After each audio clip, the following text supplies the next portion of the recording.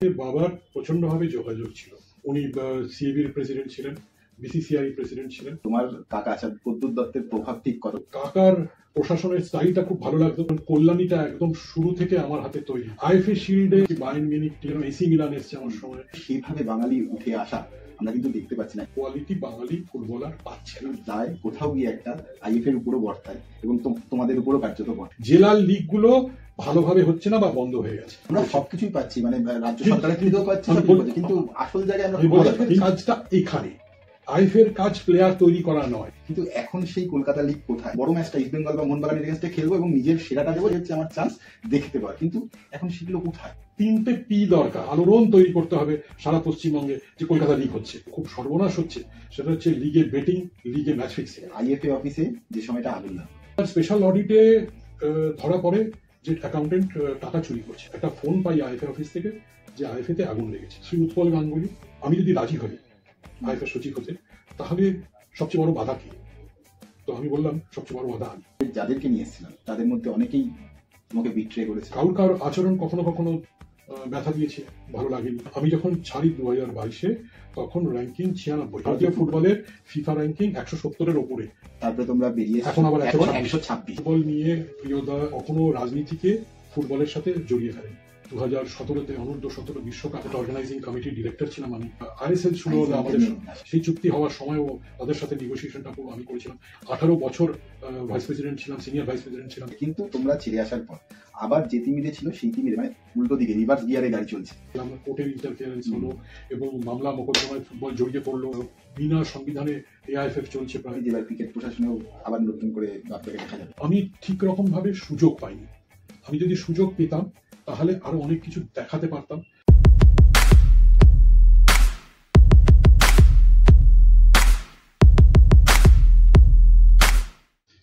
নমস্কার, আপনারা দেখছেন প্যারালাল স্পোর্টস, আর আপনাদের সঙ্গে আমি রয়েছি হীরক। প্যারালাল স্পোর্টসের বিশেষ সেগমেন্ট প্যারালাল আড্ডা। প্যারালাল আড্ডায় আজ ফুটবল প্রশাসন বা ফুটবলের প্রশাসনিক দিক থেকে কিভাবে একজন মানুষ উঠে এসছেন এবং খুব সুনামের সঙ্গে কাজ করেছেন, এরকম একজন মানুষের সঙ্গে আজ কথা বলবো।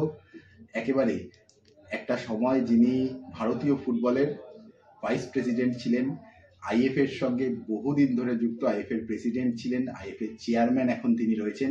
তিনি আমার সঙ্গে এই মুহূর্তে রয়েছেন সুব্রত দত্ত। সুব্রতদা, আপনাকে স্বাগত প্যারালাল স্পোর্টসে। প্রথমেই জিজ্ঞাসা করব, সুব্রত দত্ত একজন ফুটবল প্রশাসক, বা ফুটবল প্রশাসক বলাটা হয়তো ভুল হবে, একজন ক্রীড়া প্রশাসক। এই ক্রীড়া প্রশাসনে বা ফুটবল প্রশাসনে আসার কারণ কি? কেন ফুটবলেই কেন এলেন? কারণ আপনার তো অনেক রকম বিজনেস রয়েছে, তা সত্ত্বেও এই ধরনের খেলাধুলাতে কেন আসা? জস টেলিগ্রাফ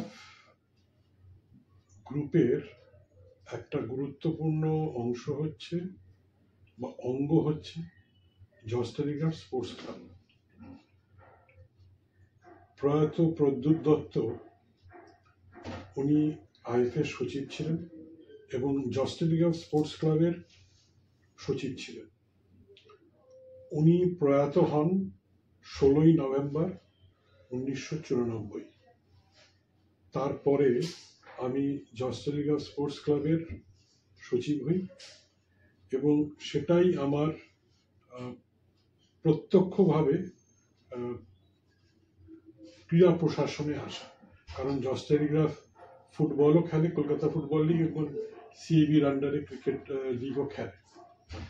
তো তার আগে যেহেতু আমার পিতা প্রয়াত বিশ্বনাথ দত্ত, উনি তো 60-এর দশকের গোড়া থেকে ক্রীড়া প্রশাসনে আছেন। তো সেই 60-এর দশক থেকে আমি, মানে জন্মাবার পরে, জ্ঞান হওয়ার পরে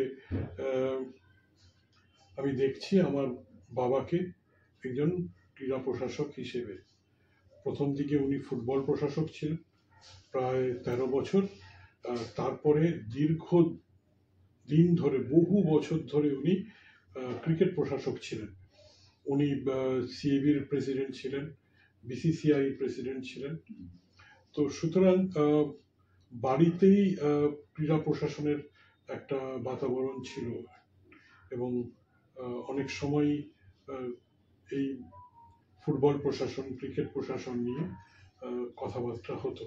শুধু প্রশাসন নয়, সংগঠনের কথাও বলবো, কারণ বেশিরভাগ ক্লাব যারা ফুটবল খেলে, যারা ক্রিকেট খেলে, তাদের সাথে বাবার প্রচণ্ডভাবে যোগাযোগ ছিল। সেই সূত্রে আমিও আমি চিনতে আরম্ভ করি, আমি তাদের জানতে আরম্ভ করি। এবং 1995 থেকে আমি জস্টলিগা স্পোর্টস ক্লাবের সচিব হিসেবে কাজ করতে আরম্ভ করি। এবং যে সংগঠনের কথা আমি বললাম, যেটা প্রয়াত বিশ্বনাথ দত্ত ছিল এবং পরবর্তীকালে প্রয়াত প্রদ্যুৎ দত্ত ছিল, সেই সংগঠনের সাথেও জড়িয়ে পড়লাম। সেটা অবশ্য 95 শেষের দিক থেকে। এবং এমনভাবে ক্রীড়া প্রশাসনের সাথে ওতপ্রোতভাবে জড়িয়ে পড়লাম যে ওটা একটা জীবনের দৈনন্দিন ব্যাপার হয়ে গেল। তো মানে তখন থেকেই জীবনটা 3 ভাগে বিভক্ত। একটা হচ্ছে পেশাদার জীবন, আমি ব্যবসা জস্টলিগা গ্রুপটা দেখি তার, এবং তখন থেকেই দেখতে আরম্ভ করলাম। তার আগে নিজস্ব ব্যবসাও দেখতাম। তো এই জস্টলিগাফের ব্যবসা দেখতে আরম্ভ করলাম, সেটা হচ্ছে একটা পেশাদার জীবন। এবং তার এছাড়া ব্যক্তিগত জীবন, পার্সোনাল লাইফ, এবং নতুনভাবে যোগ হলো পাবলিক লাইফ। তো এইভাবে জীবনটা 3 ভাগে বিভক্ত হয়ে গেল। এবং সেটা সব ক্লাবদের সাথে মিশতে আরম্ভ করলাম। ফুটবল ক্লাবের ফুটবল দেখতে আরম্ভ করলাম, ক্রিকেট দেখতে আরম্ভ করলাম। সুতরাং ক্রীড়া প্রশাসনে একদম মেতে গেলাম। সেটা অবশ্য ক্লাব লেভেলে। অ্যাসোসিয়েশন লেভেলে আমি এলাম 2002-তে আইএফএ ট্রেজারার হয়ে। এইভাবে আমি ক্রীড়া প্রশাসনের মধ্যে পুরোপুরি জড়িয়ে পড়লাম। একদমই। তারপরে তো আমরা সবাই জানি একটার পর একটা ধাপ অতিক্রম করে তুমি ক্রীড়া প্রশাসনে, বিশেষ করে ফুটবলে ভাইস প্রেসিডেন্ট হয়েছিলে, সিনিয়র ভাইস প্রেসিডেন্ট হয়েছিলে। কিন্তু জিজ্ঞাসা করব যে ছোটবেলায় ফুটবল বা ক্রিকেট কোন খেলাটা খেলতে বেশি স্বাচ্ছন্দ্য ছিল? খেলতে কি তুমি? প্রথম কথা হচ্ছে, প্রথমত স্কুলে খেলতাম। যখন আমাদের টিফিন টাইম হতো, আমি ডন বস্কো পার্ক সার্কাসে পড়েছি, ওখানে বিশাল মাঠ, টিফিন টাইমে খেলতাম। তখন না একদম গ্রীষ্মকালে ফুটবল আর শীতকালে ক্রিকেট, এটা একদম বাধা ছিল। এবং সেটা যে শুধু স্কুলে তা নয়, স্কুল থেকে এসেই মার মানে খাইয়ে দাইয়ে একদম পাঠিয়ে দিত খেলাধুলো করার জন্য। একদম 4টে থেকে 6টা, 6:30 অবধি খেলাধুলো, তারপরে কিছু খাওয়া, টিফিন খাওয়া, তারপরে আবার পড়তে বসা। এই ছিল জীবনের একটা দৈনন্দিন জীবনের একটা অঙ্গ। এবং সেখানে রোজ খেলতে যেতাম, আর ছুটির দিনগুলোতে বেশি করে খেলতাম। তো পাড়ায়ও গ্রীষ্মকালে আমাদের ফুটবল হতো এবং পরবর্তীকালে ক্রিকেট হতো। আমি ক্রিকেট ফুটবল দুটোই খেলতাম। স্পেশালিস্ট কোনটা ছিলে? আমি ক্রিকেটে ব্যাটসম্যান ছিলাম, আর ফুটবলে স্টপারে খেলতাম। আচ্ছা। তো মানে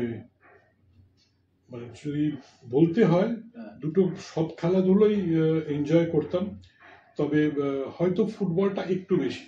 আচ্ছা আচ্ছা, তার জন্যই হয়তো ফুটবলে তুমি এতটা ভাবে, মানে ফুটবল প্রশাসনে যখন আসলে তখন এতটা ছাপ তুমি রেখেছো। এবং আমি মনে করি তার জন্য না, আমি আমার প্রয়াত কাকা প্রদ্যুৎ দত্ত, আমার পরের প্রশ্ন এটাই ছিল যে তোমার জীবনে তোমার কাকা প্রদ্যুৎ দত্তের প্রভাব ঠিক কতটা, এটাই আমার পরের প্রশ্ন ছিল। ঠিক প্রশ্নই, কারণ আমি না মানে আমার সাথে উনি বন্ধুর মতো মিশতেন। প্রায় মানে রোজ কথা বলতাম, দেখা করতাম, অনেক কিছু শিখতাম, জানতাম ওনার কাছ থেকে। এবং উনি ফুটবল প্রশাসক ছিলেন, তো উনি আমাকে প্রচণ্ডভাবে প্রভাবিত করেছেন ব্যবসায়িক জীবনে এবং ক্রীড়া প্রশাসনে। তো ওনার কাছ থেকে অনেক কিছু শিখেছি, যেরকম বাবার কাছ থেকেও প্রচুর শিখেছি। আজকে আমি সেটা আমার বাবার জন্য এবং মার জন্য।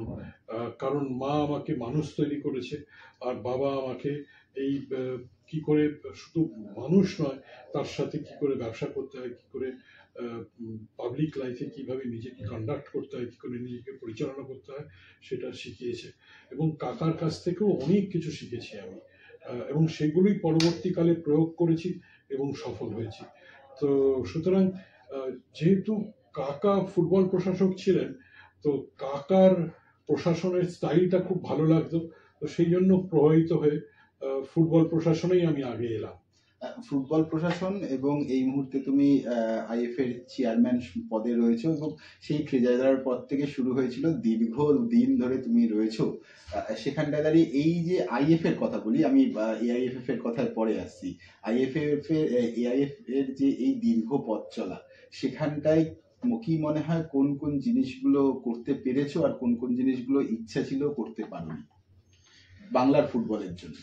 প্রথম কথা হচ্ছে, আমি 2002 সালে যখন আইএফএ ট্রেজারার হই, তখন শ্রী রঞ্জিত গুপ্ত এবং মন্টু ঘোষ, ওনারা না, রঞ্জিত গুপ্ত এবং শ্রী কেডি পাল, ওনারা জয়েন্ট সেক্রেটারি। পরবর্তীকালে 2003 সালে আমি এককভাবে সচিব হই আইএফএ, এবং তারপরে 4 বছর আমি আইএফএ সচিব ছিলাম। তারপরে আইএফএ প্রেসিডেন্ট হয়েছি, আইএফএ চেয়ারম্যান হয়েছি। তো সুতরাং যখন সচিব ছিলাম তখন অনেকগুলো টুর্নামেন্ট যেগুলো বন্ধ হয়ে গেছিল, সেগুলোকে আবার শুরু করেছিলাম। জেলায় জেলায় ফুটবলটাকে ছড়িয়ে দিয়েছিলাম, কারণ আমি মনে করতাম যে প্রতিভার অন্বেষণ এবং প্রতিভার উঠে আসা মূল স্রোতে সেটা জেলা থেকেই বেশি করে হতে পারে, জেলার ছেলেরা বেশি ফুটবল খেলে। এবং সুতরাং পশ্চিমবঙ্গ রাজ্য লিগ, যেটা ওয়েস্ট বেঙ্গল স্টেট লিগ, সেটা শুরু করেছিলাম। বঙ্কিম কাপ, যেটা ইন্টার স্কুল, সেটা আবার শুরু করেছিলাম। Inter college Elliott challenge shield, সেটা শুরু করেছিলাম। ইন্টার ভার্সিটি, যেটা বিদ্যাসাগর ট্রফি, সেটা শুরু করেছিলাম। তারপরে আন্তর্জেলা সাব জুনিয়র, জুনিয়র, সিনিয়র, এই টুর্নামেন্টটা করেছিলাম। এবং এগুলোর প্রত্যেক বয়স ভিত্তিক টুর্নামেন্ট শুরু করেছিলাম। এবং প্রত্যেকটা টুর্নামেন্টের সাথে ছিল স্পন্সর। আমি প্রতিটা টুর্নামেন্টের প্রিন্ট মিডিয়া স্পন্সর বা print media partner, electronic media partner, তারপরে রেডিও পার্টনার, এগুলো তো নিতামই। এছাড়া টাইটেল স্পন্সর থাকতো, এগুলোকে আমাকে মার্কেটিং করতে হতো। নিজে মার্কেটিং এ লিডারশিপ দিতাম, দিয়ে বিভিন্ন টুর্নামেন্টের স্পন্সর জোগাড় করতাম। মানে ফুটবলে মার্কেটিংটা একটা সব থেকে বড় ব্যাপার, কারণ টাকাটা না থাকলে সেটা, মানে যতই প্রতিভা থাকুক, টাকাটাই আসল। আর বিশেষ করে ফুটবলের ক্ষেত্রে যেটা আমি দেখছি, ফুটবলের বাণিজ্যকরণ না হলে ফুটবলে টাকা আসবে না। ফুটবলে টাকা না এলে তাহলে কিভাবে এই টুর্নামেন্টগুলো হবে? কারণ আমি মনে করি ফুটবলের মানের উন্নয়ন সবচেয়ে বেশি হয় থ্রু কম্পিটিশন। এই কম্পিটিশনগুলো করা উচিত। এছাড়া বিভিন্ন উন্নয়নমূলক কাজ করেছিলাম, ফুটবলের ডেভেলপমেন্টের কাজ করেছিলাম। জনপ্রিয়তা বৃদ্ধির জন্য মানে আইএফ এর অনেকগুলো প্রোগ্রাম, যেরকম আইএফ এর যেটা অ্যানুয়াল অ্যাওয়ার্ডস, সেটা শুরু করেছিলাম প্রতি বছর। ফুটবল বাজার শুরু করেছিলাম, যেখানে বিভিন্ন রাজ্যের প্রতিভাবান প্লেয়াররা এখানে আসতো, তারা এখানে ট্রায়াল দিত এবং সেখান থেকে ক্লাবরা বেছে নিত। তো সেটা করেছিলাম। আর এছাড়া উন্নয়নের জন্য IFA football academy, IFA referee's academy, এগুলো করেছিলাম। স্কুলগুলোতে আমাদের প্রাক্তন খেলোয়াড় যারা কোচিং করছে, যারা কোচিং লাইসেন্স আছে, তাদের আমি দিয়েছিলাম, দিয়ে তাদের মধ্যে ইন্টার স্কুল টুর্নামেন্ট করিয়েছিলাম। এবং এই স্কুলের ছেলেদের আমাদের প্রাক্তন খেলোয়াড় যারা ভালো কোচ, তারা প্রশিক্ষণ দিত। তো এরকম বিভিন্ন টুর্নামেন্ট করেছিলাম। আর চেয়েছিলাম আইএফ এর নিজস্ব আরেকটা বাড়ি হোক। আমি বাড়িটা সরিয়ে নেতাজি ইন্ডোর স্টেডিয়ামের ওখানে একটা 6 কাঠা জমি, তখন ক্রীড়ামন্ত্রী প্রয়াত সুভাষ চক্রবর্তী, ওনাকে দেখিয়েছিলাম যে ওখানে যদি আমরা একটা জায়গা পেতে পারি, তো তাহলে ওখানে আমরা একটা বাড়ি করতে পারি, আইএফএ নিজস্ব বাড়ি, যেখানে আইএফএ মেডিকেল ইউনিট হবে, লাইব্রেরি হবে, এবং শুধু তাই না, একটা আর্কাইভ হবে, একটা মিউজিয়াম হবে, আইএফএ ফুটবল মিউজিয়াম। এটা চেয়েছিলাম। আইএফএ নিজস্ব মাঠ একটা ফোর্ট উইলিয়ামের পাশে আমরা পেয়েছিলাম, সেটা তৈরি করেছিলাম, সেটাকে আরো ভালোভাবে করার পরিকল্পনা ছিল। আইএফএর পুরো লিগটাকে বয়স ভিত্তিক লিগ, ডিভিশন ওয়াইজ, সেটার একটা পরিকল্পনা ছিল, যেটা পরবর্তীকালে বাস্তবায়িত করেছে। এবং এভাবেই বিভিন্ন উন্নয়নমূলক কাজ, ফুটবলের ডেভেলপমেন্টের কাজ, ফুটবলের ট্যালেন্ট হান্টের জন্য পুরো স্কাউটিং এর টিম তৈরি করেছিলাম, যারা জেলায় জেলায় গিয়ে, যারা বিভিন্ন টুর্নামেন্ট দেখে তারা স্কাউটিংটা করতো। যতগুলো একাডেমি আছে পশ্চিমবঙ্গে, তাদের অ্যাক্রেডিটেশন করিয়েছিলাম আইএফএর আন্ডারে, এবং সেখানে সেই ইন্টার একাডেমি ফুটবল টুর্নামেন্ট করেছিলাম, সেখান থেকে প্রতিভা অন্বেষণ হতো। তো এইভাবে বাংলার বিভিন্ন বয়স ভিত্তিক টিম, সেইগুলো তৈরি করতাম এই যে বয়স ভিত্তিক টুর্নামেন্ট থেকে, বা এই ইন্টার একাডেমি যে টুর্নামেন্ট, সেখান থেকে প্লেয়ার এনে। তো এইভাবে একদিকে ফুটবলের জনপ্রিয়তা, ফুটবলের মান উন্নয়নের জন্য বিভিন্ন প্রকল্প, এবং বিভিন্ন সব টুর্নামেন্ট, একদম স্কুল লেভেল থেকে, মানে গ্রাসরুট লেভেল থেকে, তৃণমূল স্তর থেকে ফুটবলার তুলে আনার জন্য grassroot football, youth football development করে, রেফারিজ ডেভেলপমেন্টের জন্য রেফারিজ একাডেমি কল্যাণীতে করেছিলাম। বিভিন্ন কেন্দ্র তৈরি করেছিলাম ফুটবলের, যেরকম কল্যাণীটা একদম শুরু থেকে আমার হাতে তৈরি। পরবর্তীকালে কল্যাণীর এখন তো বিশ্বজোড়া নাম, কিন্তু ওটা ফুটবল কেন্দ্র হিসেবে তখন ওখানে চেয়ারম্যান ছিলেন না, নীলিমাস বাবু, তো এখন চেয়ারম্যান কল্যাণী, তখন শান্তনু ঝা ছিল। তো উনি খুব এনকারেজ করেছিলেন, এবং আমরা ওখানে কল্যাণীতে একটা ফুটবল কেন্দ্র করেছিলাম। তো এইভাবে ফুটবল বিভিন্ন টুর্নামেন্টকে জেলায় জেলায় ছড়িয়ে দিয়েছিলাম। আইএফএ শিল্ডে প্রত্যেক বছর বিভিন্ন ফরেন টিম, এমনকি বায়ার্ন মিউনিখ টিম, এছাড়া অন্যান্য টিমকেও নিয়ে আসতাম, যেন এসি মিলান এসছে আমার সময়, আমি নিয়ে এসেছি। আমি এই বিষয়গুলোতে আসবো বাপিদা। প্রথমে জিজ্ঞাসা করবো, একটুখানি প্রশ্নটা একটু হয়তো কঠিন হবে। বিষয়টা হচ্ছে, তোমরা এরকম ডেভেলপমেন্ট করেছো, একদম গ্রাসরুট ডেভেলপমেন্টের কথা যেরকম বলছো, এরকম এই ডেভেলপমেন্ট একাডেমিক্যালি এবং গ্রামগঞ্জে ছড়িয়ে দিয়েছি, কিন্তু আমরা দেখেছিলাম তার প্রভাব পড়েছিল, এবং সেখান থেকে প্রচুর ফুটবলার উঠে এসেছিল, প্রচুর প্রতিভা উঠে এসেছিল, এবং তারা দাপিয়ে ময়দানে কলকাতার মাঠে খেলেছে। কিন্তু রিসেন্ট পাস্টের যদি আমি কথা বলি, সেখানটায় দাঁড়িয়ে বাংলার ফুটবল, বাঙালি ফুটবলার, ইস্ট বেঙ্গল মোহনবাগানে যদি তুমি দেখো, কোথায়, মানে হাতে গুনে কর গুনে বলতে হবে কোথায় বাঙালি ফুটবলার।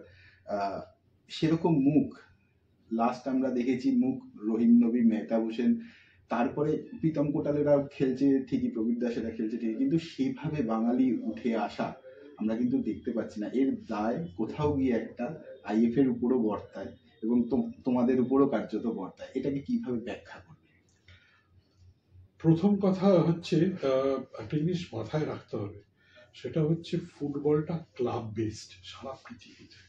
হ্যাঁ, ফুটবলার তুলে আনে, ফুটবল একাডেমি করে, এবং ফুটবলারদের তুলে আনে ক্লাবেরা।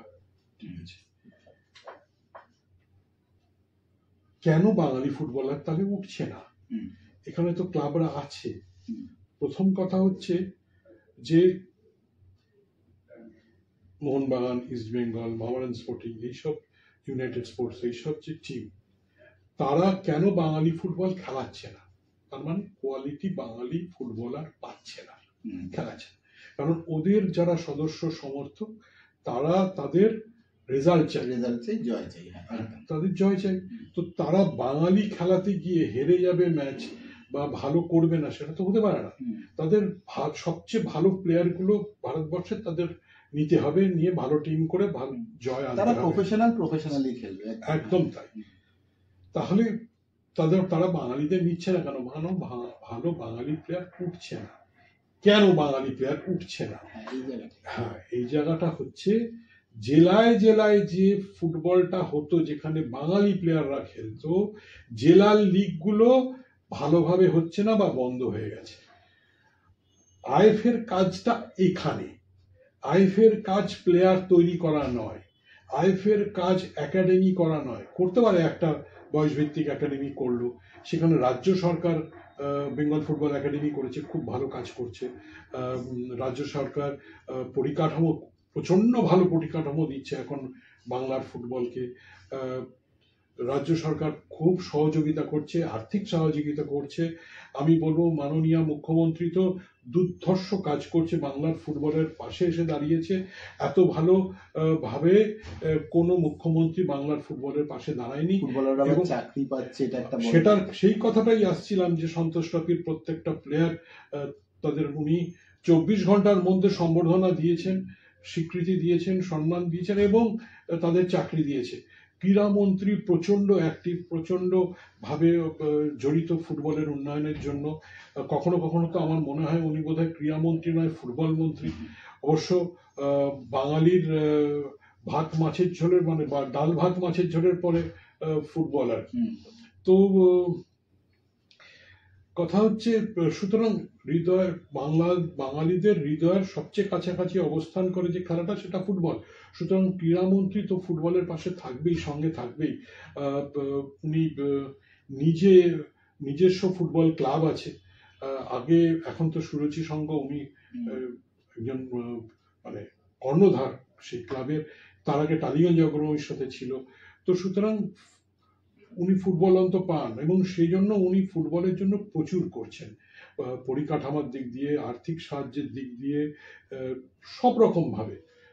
আমরা সবকিছুই পাচ্ছি, মানে রাজ্য সরকারের থেকেও পাচ্ছি, কিন্তু আসল জায়গায় আমরা ফুটবলার পাচ্ছি, কিন্তু ফুটবলার যে পাচ্ছি না। এই যেটা করতে হবে এখন আইএফএ কে, যে জায়গায় আমি আসছিলাম, এবং রাজ্য সরকারকেও সেখানে সহযোগিতা করতে হবে, যে জেলা লিগগুলোকে আবার উজ্জীবিত করতে হবে। জেলা লিগগুলোতে যাতে বেশি বেশি টিম খেলে, বেশি মানে ছেলেরা ভালো করে খেলে, এবং লিগগুলো যাতে ভালোভাবে হয়, স্ট্রং লিগ হয়, এবং প্রত্যেক জেলায় যাতে লিগ হয়, সেটা আইএফএ কে দেখতে হবে। এবং আন্তঃজেলা ফুটবল টুর্নামেন্টগুলোকে আরো ভালো করে করতে হবে। বয়সভিত্তিক অনেকগুলো টুর্নামেন্ট আন্তঃজেলা, সেগুলো কিন্তু রাজ্য সরকারের পৃষ্ঠপোষকতায়, আর্থিক সহযোগিতায় জেলায় হচ্ছে, সেটা আরো বাড়াতে হবে। কিন্তু সবচেয়ে আগে বাড়াতে হবে ইন্টার ক্লাব যেটা লিগ হয় প্রত্যেক জেলায়, সেটা ভালো করে করতে হবে, এবং সেখান থেকে প্রতিভা অন্বেষণ করার টিম পাঠাতে হবে। একটা স্কাউটিং পুরো প্রজেক্ট নিতে হবে, প্লেয়ার্স হান্টিং এর বা ট্যালেন্ট হান্টের একটা প্রজেক্ট করতে হবে, যেখানে প্রতিভা অন্বেষণ করে ভালো ভালো খেলোয়াড়দের এনে বয়সভিত্তিক টিমগুলোকে করতে হবে বাংলার। সেই এফার্টটা দিতে হবে আইএফএ কে। তাহলে আরো বাঙালি প্লেয়াররা উঠবে। বাঙালি প্লেয়াররা ভালো খেললে আমার মনে হয় এই যে আমাদের তিন প্রধান এবং যারা সব নামকরা যে আমাদের প্রিমিয়ার ডিভিশন ক্লাব, তার আগে বাঙালি প্লেয়ারদেরই প্রেফারেন্স দেবে, যদি কোয়ালিটি প্লেয়ার উঠে আসে। কিন্তু জিজ্ঞাসা করব যে অনেক মানে বহু বছর ধরে তুমি যখন থেকে দায়িত্বে ছিলে, তখনও দেখেছি আমরা যে কলকাতা লিগের যে জৌলুস ছিল, তুমি একটু আগে বললে আইএফএ শিল্ডের কথা, সত্যি আইএফএ শিল্ডের যে জৌলুস ছিল, কিন্তু এখন সেই কলকাতা লিগ কোথায়? এখন সেই কলকাতা লিগের ডার্বি ম্যাচ মানে একটা বিশাল ব্যাপার ছিল। কলকাতা লিগের শুধু ডার্বি না, ইস্ট বেঙ্গলের বিরুদ্ধে পিয়ারলেস খেলছে বা ইস্ট বেঙ্গলের বিরুদ্ধে টালিগঞ্জ খেলছে, ওই টিমগুলো, যারা ছোট টিমগুলো, তাদের তাগিদ ছিল এই বড় ম্যাচটা ইস্ট বেঙ্গল বা মোহনবাগানের এগেনস্টে খেলবো এবং নিজের সেরাটা দেবো, যাতে আমি বড় ক্লাবে খেলতে পারি, আমার এই ম্যাচটাই হচ্ছে আমার চান্স দেখতে পাওয়ার। কিন্তু এখন সেগুলো কোথায়? কি, কেন এরকম ডাউনফল কেন? কথাটা হচ্ছে, যে কোনো টুর্নামেন্ট বা যে কোনো লিগ, প্রথমে একটা কথা হলো মার্কেটিং। 3টে পি দরকার: প্রথম পি হচ্ছে প্রমোশন, সেই লিগটাকে বা টুর্নামেন্টটাকে প্রমোট করতে হবে, প্রেজেন্টেশন অ্যান্ড প্যাকেজিং, এই তিনটে পি দরকার। সেইভাবে যদি প্যাকেজিং করা যায়, সেইভাবে যদি প্রচার প্রসারের যে প্যাকেজিং হওয়া উচিত, যেটা আমি প্রথমেই বললাম যে সব রকম প্রচারের তাদের পার্টনার্স করতে হবে এবং সেইভাবে উপস্থাপনা করতে হবে লিগটাকে, টুর্নামেন্টগুলোকে, সেটা নকআউট টুর্নামেন্ট হলেও। এবং যদি মনে থাকে, যখন আমি সচিব ছিলাম, অনেকগুলো বিনোদনমূলক উপাদান যোগ করতাম যে কোনো টুর্নামেন্টের সাথে, যে কোনো লিগের সাথে। তো সেইগুলোকে করতে হবে। হ্যাঁ, যে হাফ টাইমে 100 ঢাক বাজছে, ছৌ নাচ, বিভিন্ন ভাবে এটা পুরো এন্টারটেনমেন্ট প্যাকেজ ভাবে উপস্থাপনা করতে হবে। এবং রোজ কিছু না কিছু খবর দিয়ে পুরো একটা আলোড়ন তৈরি করতে হবে সারা পশ্চিমবঙ্গে যে কলকাতা লিগ হচ্ছে। হ্যাঁ, সেইভাবে মিডিয়ার সাহায্য নিতে হবে, মিডিয়াকে সেইভাবে জড়িয়ে নিতে হবে ওতপ্রোতভাবে, সেইভাবে খবরগুলোকে উপস্থাপনা করতে হবে, সেইভাবে প্যাকেজিংটা করতে হবে যাতে লিগ নিয়ে হইচই হয়। হ্যাঁ, তো যেটা আগে হতো সেরকম ভাবতে হবে। এখন তো শুধু মানে লিগের জৌলসের থেকেও যেটা আমি বলবো খুব সর্বনাশ হচ্ছে, সেটা হচ্ছে লিগে বেটিং, লিগে ম্যাচ ফিক্সিং। এইগুলোকে একদম খুব স্ট্রিক্ট অ্যাকশন নিয়ে এগুলোকে বন্ধ করতে হবে। মানে যাবজ্জীবন না, একদম ফাঁসি, মানে এরকম শাস্তি দিতে হবে। আচ্ছা, আমি এই বিষয়টা আবার আসবো একটুখানি, মানে মনে পড়লো বলে একটু পিছনের দিকে ফিরে যেতে চাই। একটা জিনিস একটু জানতে চাইবো, সেটা হচ্ছে আইএফএ অফিসে যে সময়টা আগুন লাগলো, এই পুরো বিষয়টা যদি একটুখানি ক্লিয়ার খুলে একটু বলো আর কি। কি হয়েছিল যে আমি সচিব হিসেবে প্রচন্ড ব্যস্ত ছিলাম ফুটবলের উন্নয়নে, টুর্নামেন্টে, এবং সে সময় তো আমি এআইএফএফ এও আছি, প্রচন্ড ব্যস্ত থাকতাম। ট্রেজারার যিনি ছিলেন তিনি আমার সময়ও মানে ছিলেন, এবং তার আগে উনি সচিব ছিলেন, তার আগে আবার ট্রেজারার ছিলেন। প্রয়াত প্রদ্যুৎ দত্তর সময় থেকে উনি বহু বছর ধরে আইএফের সাথে আছেন এবং উনি খুব সুনামের সাথে আছেন, ওনার উপর নির্ভর করতাম। ওনার একজন দূরসম্পর্ক আত্মীয়, তিনি ছিলেন চিফ অ্যাকাউন্টেন্ট। তো আমার একটা হঠাৎ একটা সন্দেহ হতে আরম্ভ করলো অ্যাকাউন্টসে, কারণ আমি ব্যবসা করি বলে না বুঝতে পারতাম যে যা খরচা হচ্ছে আর যা টাকা ব্যাংকে থাকা উচিত সেরকম থাকছে না। কিছুদিন এরকম হওয়ার পর আমি ব্যাপারটাকে নজরে আনি এবং একটা স্পেশাল অডিট শুরু করবার প্রস্তাব দেই, এবং তারপরে সেই স্পেশাল অডিট শুরু হয়। তখন পত্রপত্রিকা মানে কাগজেও বেরিয়েছিল সেই সময়। এবার স্পেশাল অডিটে ধরা পড়ে যে অ্যাকাউন্টেন্ট টাকা চুরি করছে। ঠিক আছে, তো যেদিনকে অ্যাকাউন্টেন্টকে ধরা হবে, কারণ তথ্য প্রমাণ সব এসে গেছে, সেদিনকেই রাত্রির বেলা একটা ফোন পাই আইএফএ অফিস থেকে যে আইএফএ তে আগুন লেগেছে।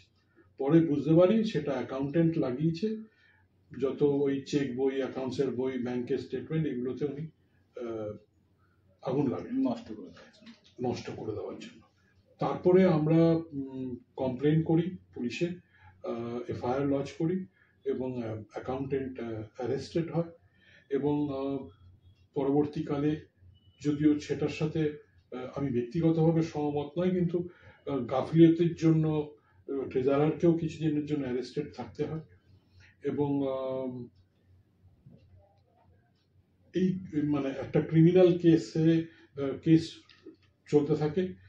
অ্যাকাউন্টেন্ট বহুদিন ধরে অ্যারেস্টেড ছিল, আর সেই কেস চলছে তো চলছেই, এখনো চলছে। কিন্তু যেটা অ্যাকাউন্টেন্ট করেছিল সেটা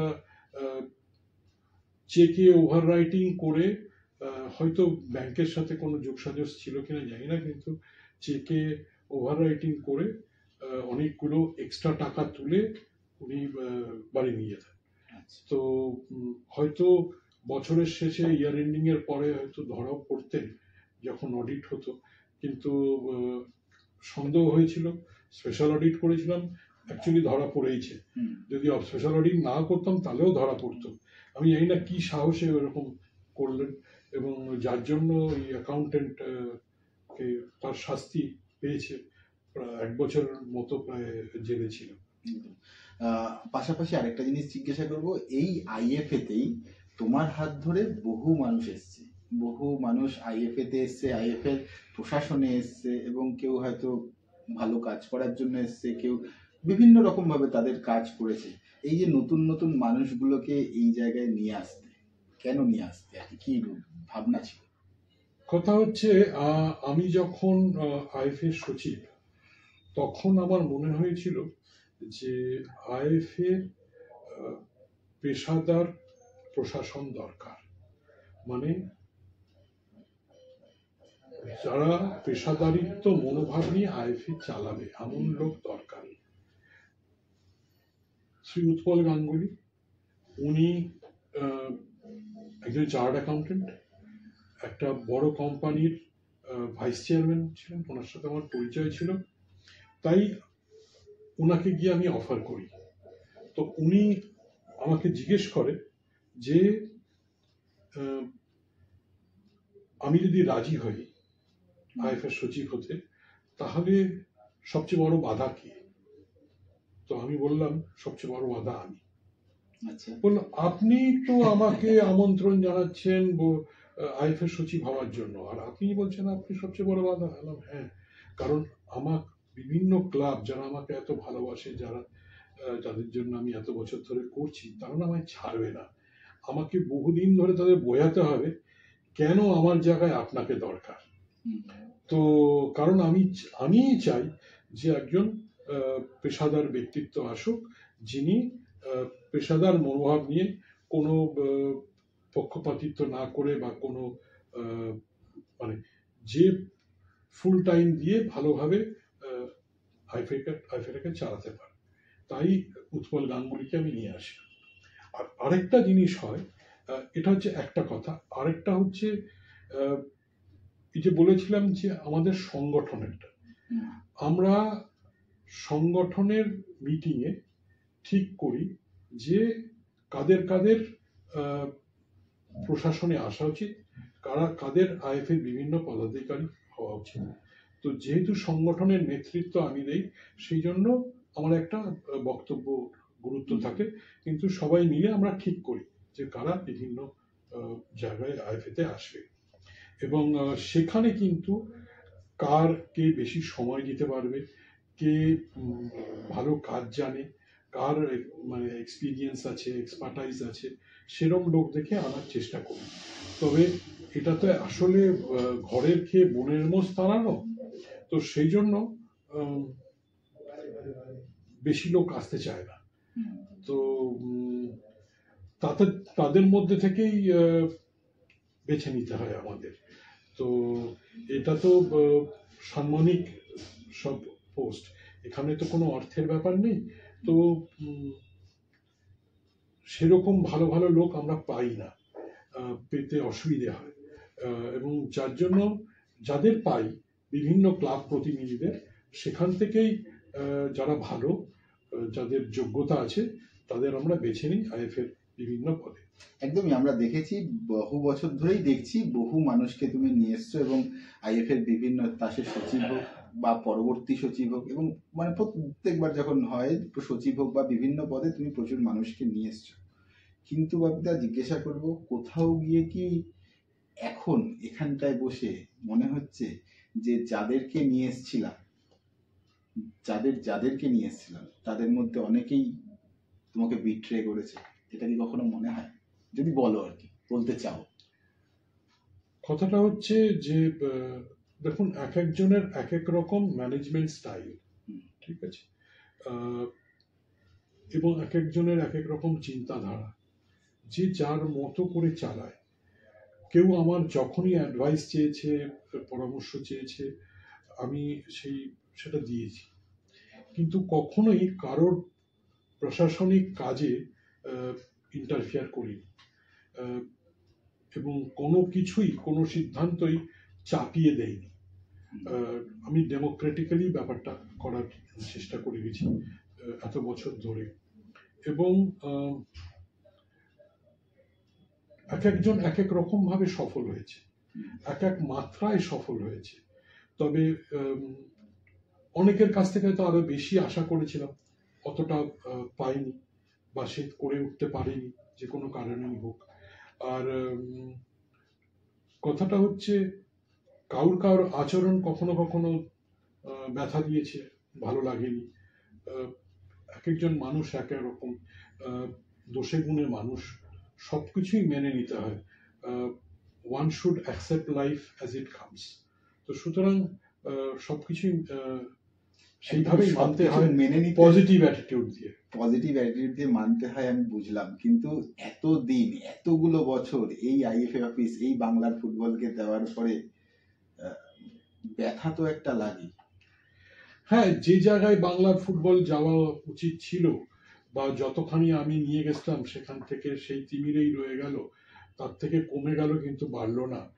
তো সেটা তো দুঃখদায়ী। এখন যিনি সচিব, প্রয়াত প্রদ্যুৎ দত্তর ছেলে, আমার খুড়তুতো ভাই অনির্বাণ দত্ত, ওর রক্তে ফুটবল প্রশাসন আছে। বাবার কাছ থেকে হয়তো খুব কমই পেয়েছি, কারণ ও খুব ছোট যখন ওর বাবা চলে যায় ওকে ছেড়ে। তো সুতরাং পরবর্তীকালে আমাকে দেখেছে, আমার কাছ থেকে শুনেছে। আমার মনে হয়, এবং একটা ব্যবসায়িক পরিবারের ছেলে, অনেকদিন আমার সাথে একসাথে ব্যবসা করেছে। যবে থেকে সচিব হয়েছে তবে থেকে হয়তো অতটা ব্যবসার কাজ করতে পারছে না, কিন্তু আমার মনে হয় সাংগঠনিক দক্ষতা আছে, প্রশাসনিক দক্ষতা আছে, পারবে হয়তো। সেটাই আশা করব, এবং সেটাই আশা করে আছি। তো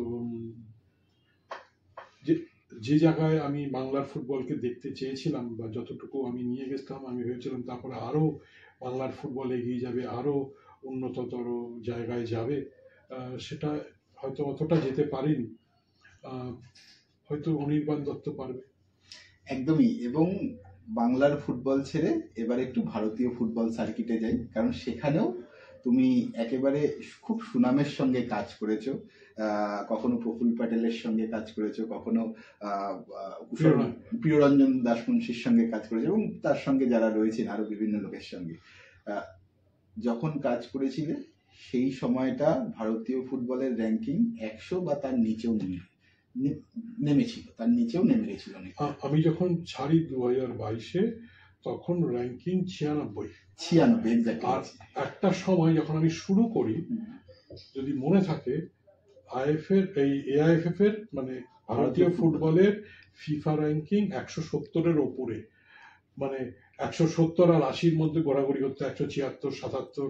সেখান থেকে তোমরা 96-তে নিয়ে এসেছিলে, তারপরে তোমরা বেরিয়ে এসেছো, এখন আবার 126। এই প্রশ্নটাই আমার, এখন 126 কি বলবো? কথাটা হচ্ছে যে, ভারতীয় ফুটবল নিয়ে প্রিয়দা, যদিও উনি একজন রাজনৈতিক ব্যক্তিত্ব, কিন্তু কখনো রাজনীতিকে ফুটবলের সাথে জড়িয়ে ফেলেনি। রাজনৈতিক কোনো হস্তক্ষেপ ছিল না। ফুটবল অন্তঃপ্রাণ ছিলেন, ফুটবল প্রশাসন খুব ভালোবাসতেন, এবং ফুটবলের উন্নয়ন চাইতেন, প্রচুর সময় দিতেন, পরিশ্রম করতেন, এবং প্রিয়দা খুব ভালো কাজ করছিলেন।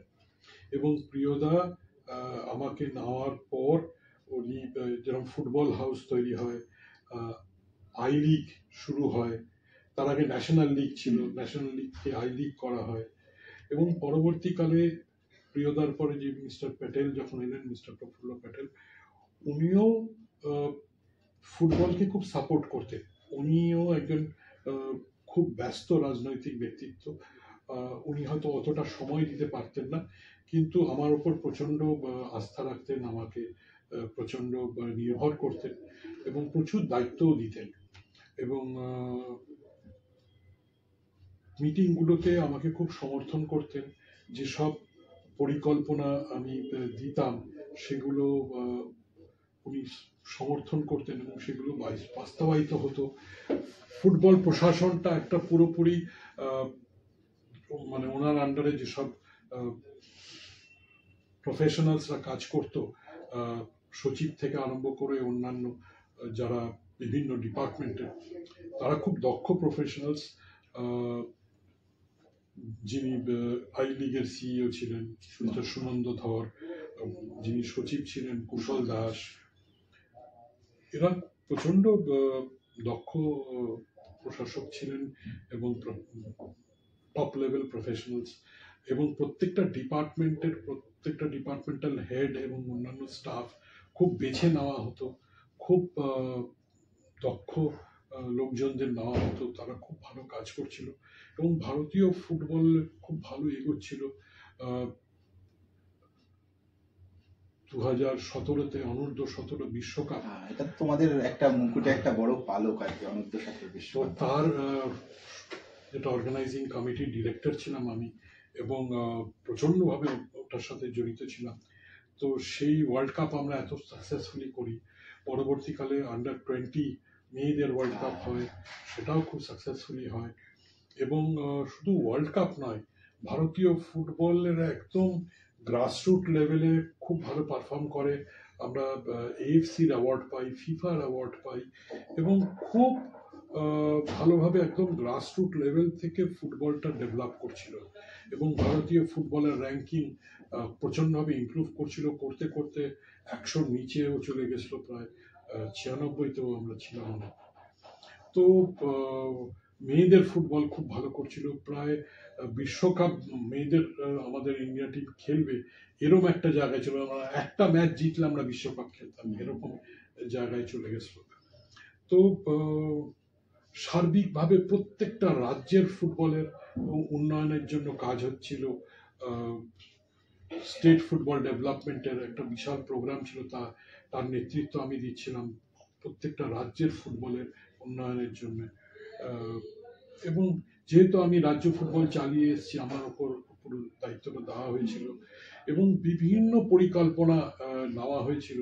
এই যে একাডেমিগুলোকে অ্যাক্রেডিটেশন, সারা ভারতবর্ষের ইন্টার একাডেমি টুর্নামেন্ট আমাদের খুব সাপোর্ট করছিল এফএসডিএল।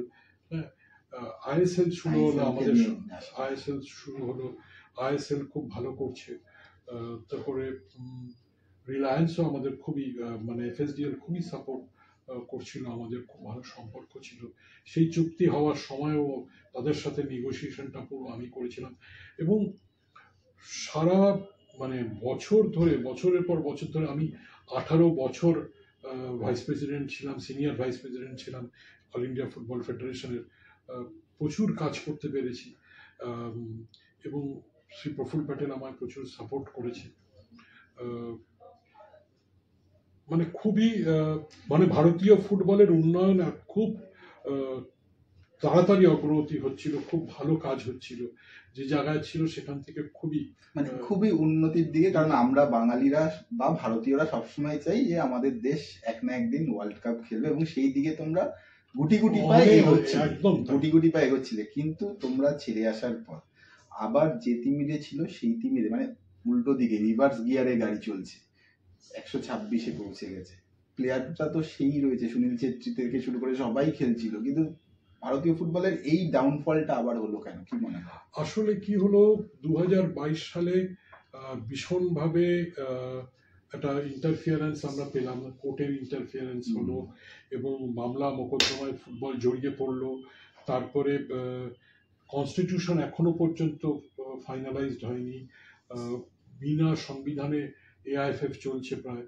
এবং যে বডিটা সংগঠিত হয়েছে এখন যারা প্রশাসনে আছে, তাদের দক্ষতা থাকলেও তারা সেই মতো চালাতে পারছে না, বিভিন্ন অসুবিধা তারা ফেস করছে। তো আমার মনে হয় কোর্টের রায়টা ভালো করে বেরোলে, নতুন কনস্টিটিউশন এলে, নতুনভাবে নির্বাচন হলে, যারা আসবে তারা হয়তো আরো ভালো করে চালাবে এবং আবার সেই জায়গায় ফিরে আসবে এবং তার থেকে আরো বেশি উন্নতি করবে। এখন একটা ডামাডোলের মধ্যে চলছে গত 2 বছর ধরে। এই ডামাডোলটা বোধহয় অচিরেই কেটে যাবে, কেটে গেলে আবার ঠিক হয়ে যাবে। এখন দায়িত্বে রয়েছে কল্যাণ চৌবে, কল্যাণদা। তো তোমাদের মানে যেহেতু বাংলার লোকই কল্যাণদা, মানে নিশ্চয়ই অ্যাডভাইস কি কখনো নিয়েছে তোমার কাছ থেকে এই সমস্ত বিষয়, আহ, এতদিনের কল্যাণ অভিজ্ঞতা যেহেতু? কল্যাণ চুবে আমার সাথে খুব ভালো সম্পর্ক। প্রায়ই আমার সাথে আলোচনা করে, অনেক কিছু আহ, জিজ্ঞেসও করে, এবং অনেক সময় আলোচনার মাধ্যমে অনেক কিছু সিদ্ধান্ত উনি নেন। এবং কিছুদিন আগেও আমার সাথে যোগাযোগ করেছে। আর উনি চান ভারতীয় ফুটবলের উন্নয়ন, এ বিষয়ে কোনো সন্দেহ নেই। অ্যাজ প্রেসিডেন্ট AIFF উনি খুবই ডাইনামিক, উনি একজন প্রাক্তন খেলোয়াড়। তো সুতরাং উনি আরও ভালো করে চান যে ফুটবল, ভারতীয় ফুটবলের উন্নয়ন হোক। কিন্তু উনি না সেই মতো সাপোর্ট পাচ্ছে না। ওনার আশেপাশে যারা আছে তারা সেই মতো ওনাকে সাপোর্ট দিতে পারছে না, বা সেই মতো ওনাকে গাইড করতে পারছে না, বা সেই মতো কাজ করছে না ওনার জন্য। যে টিমটা প্রফুল্ল প্যাটেল পেয়েছিল সেই টিমটা পুরো বদলে গেছে। নতুন টিমটা নতুন বলে তারা এখনো পর্যন্ত সেই মতো প্রতিষ্ঠা পায়নি, বা সেই মতো নিজেদের তৈরি করতে পারেনি। আমার মনে হয় এই যে ফুটবলের একটা ডামাডোল চলছে, একটা ট্রানজিশন পিরিয়ড চলছে, এটা কেটে গেলে কিছুদিন বাদে নতুন নির্বাচনও হবে। আমার মনে হয় তারপর থেকে ভারতীয় ফুটবল আবার উন্নতি করবে। আর কল্যাণ চবে যদি ভালো ভালো লোক পাশে পেত তাহলে আরো উন্নতি হতো। কারণ কিছুদিন আগেই আমরা দেখলাম যে যিনি সচিব ছিলেন সাজি প্রভাকর, তার সাথে প্রেসিডেন্টের সমস্যা হয় এবং সাজিকে সরে যেতে হয়, তাড়িয়ে দিতে হয়। সেটা এরকম পরিস্থিতি কাম্য নয়। তো যে এলো, সে কেরালার সচিব ছিল, সে এখন AIFF এর অনিল কুমার, এবং সত্যনারায়ণ যে কর্ণাটকের সচিব ছিল, সে এখন ডেপুটি। তো এরা এদেরও সময় লাগবে শিখতে, জানতে, বুঝতে এবং কাজ করতে। সুতরাং ততদিন আমাদের সহ্য করতে হবে, ধৈর্য ধরে। একদমই। আমরা ইন্টারভিউর একেবারে শেষ পর্যায়ে চলে এসেছি। জিজ্ঞাসা করব, এত বছরের ফুটবল প্রশাসনের কেরিয়ার, কিন্তু তুমি ছোটবেলায় ক্রিকেটটাও ভালো খেলতে, তাহলে কি মানে আমরা ভাবতে পারি যে এবার ক্রিকেট প্রশাসনেও আবার নতুন করে বাপটাকে দেখা যাবে? কথা হচ্ছে, আমি ক্রীড়া প্রশাসন ভালোবাসি। আমি আসলে যেটা ভালোবাসি সেটা হচ্ছে স্পোর্টিং ইভেন্ট অর্গানাইজ করতে, স্পোর্টসকে ডেভেলপ করতে। তো সেটাই আমার মানে প্রথম এবং হয়তো শেষ প্রেম। তো সুতরাং এই যে ব্যবসা করি সেটাও হচ্ছে একটা সংগঠন, ব্যবসাও তো একটা সংগঠন। এই যে আমি মনে করি আমার মধ্যে কিছুটা সাংগঠনিক শক্তি আছে, যার দ্বারা আমি সারা ভারতবর্ষে ব্যবসা করছি। সেই শক্তিটা ক্রীড়া প্রশাসনেও আমি এত বছর ধরে দিয়ে এসেছি, আরও দিতে চাই। সেটা যে কোনো স্পোর্ট হোক, এবং সেটা এতদিন প্রায় 30 বছর ধরে ফুটবলে, সেটা যদি ক্রিকেটে হয় আমার সেখানে কোনো অসুবিধা নেই। যে কোনো স্পেকটেটর স্পোর্ট, যেটা দর্শক দেখে নির্মল আনন্দ পায়, কারণ তারা যখন হাততালি দেয়, তারা যখন লাফিয়ে ওঠে, তারা যখন হাসে, তখন যে স্যাটিসফ্যাকশনটা হয়, একটা ভালো ম্যাচ, একটা ভালো টুর্নামেন্ট, একটা ভালো ফাইনাল যখন হয়, তখন দর্শকরা যখন সিটে লাফিয়ে উঠে হাততালি দেয়, চিৎকার করে, তার যে স্যাটিসফ্যাকশন সেটা ভাষায় প্রকাশ করতে পারবো না। তো সেটা সল্টলেক স্টেডিয়ামেই হোক আর ইডেন গার্ডেন্সেই হোক, যেখানেই হবে আমার খুব ভালো লাগে। শেষ প্রশ্ন করব, দীর্ঘ 30 বছরের প্রশাসনিক ফুটবল প্রশাসনের কেরিয়ার, অনেক কিছু পেয়েছো, অনেক সাকসেস, অনেক পালক এই প্রশাসনিক দিক থেকে এসছে এবং অনেক ব্যর্থতাও এসছে। এমন একটা জিনিস, একেবারে শেষ প্রশ্ন, শেষ বলো, মানে যেটা এখনো আশা করছো, এখনো চাওয়াটা রয়েছে যেটা পূরণ হয়নি, যে স্বপ্নটা দেখছো, বা এখনো কি গোল আছে? শেষ প্রশ্ন এটাই, কি চাইছো সামনে, যে আশাটা এখনো পূরণ হয়নি, পূরণ করতে চাইছো?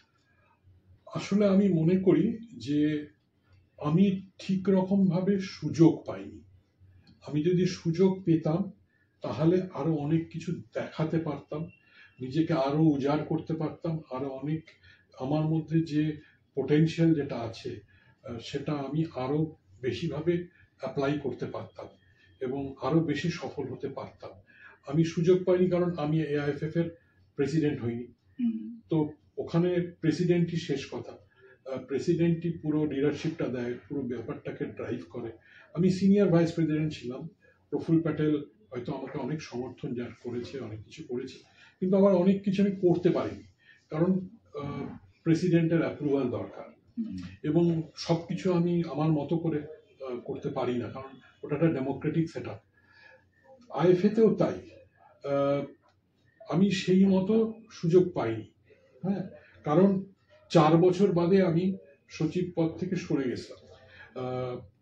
গেছিলাম। এক তো উৎপল গাঙ্গুলিকে নিয়ে এলাম, সরে গেছিলাম কারণ আমার ব্যবসায় খুব ক্ষতি হচ্ছিল। আমি 4 বছর একদম ব্যবসা করিনি, মানে জস্টেরিকা পুরোপুরি নেগলেক্টেড, আমার পরিবার পুরোপুরি নেগলেক্টেড, পার্সোনাল লাইফ এবং প্রফেশনাল লাইফ, বিজনেস লাইফ প্রচণ্ডভাবে এফেক্টেড হয়েছিল, প্রচণ্ডভাবে ক্ষতিগ্রস্ত হয়েছিল, যার জন্য আমাকে সরে যেতে হয়েছিল। আর এখন যেরকম বিজনেস লাইফটা অনেক সেটেলড, অনেক অর্গানাইজড হয়ে গেছে, পার্সোনাল লাইফ, মেয়েরা বড় হয়ে গেছে, তাদের এবছর দুজনেরই বিয়ে, এবং সুতরাং তারাও সেটেলড, বাড়িও সেটেলড। এখন যদি আমি সুযোগ পাই, আমি কিছু করে দেখাতে চাই, যেটা হয়তো আমি নিজে বিশ্বাস করি যে আমি করে দেখাতে পারি বা পারবো, যেটা আমি পারিনি কারণ আমি সুযোগ পাইনি। অনেক ধন্যবাদ আমাদের সঙ্গে কথা বলার জন্য। ঠিক এটাই নাম কিন্তু ফুটবল, এটার নামই কিন্তু ক্রিকেট বলুন বা ক্রীড়াক্ষেত্রে বলুন, খিদেটা কিন্তু সবসময় থাকে, কিছু ভালো করার খিদে।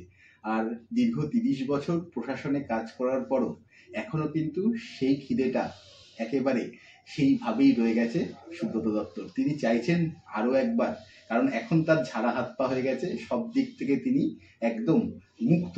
তাই আরো একবার যদি তিনি কোনো সুযোগ পান, কোনো জায়গায় আসেন, তাহলে আবার যে না পাওয়াগুলো, যে তার টার্গেটগুলো, যে তার ভাবনাগুলো রয়েছে, সেগুলোকে তিনি পূরণ করবেন এবং আলটিমেট যে গোল, বাংলার ফুটবল তথা ভারতীয় ফুটবলকে সেই উচ্চতায়, যে উচ্চতায় আমরা দেখতে চাই, সেই উচ্চতায় নিয়ে যাওয়ার জন্য তিনি সচেষ্ট হবেন। আজ এই পর্যন্তই। আপনারা দেখতে থাকুন প্যারালাল স্পোর্টস।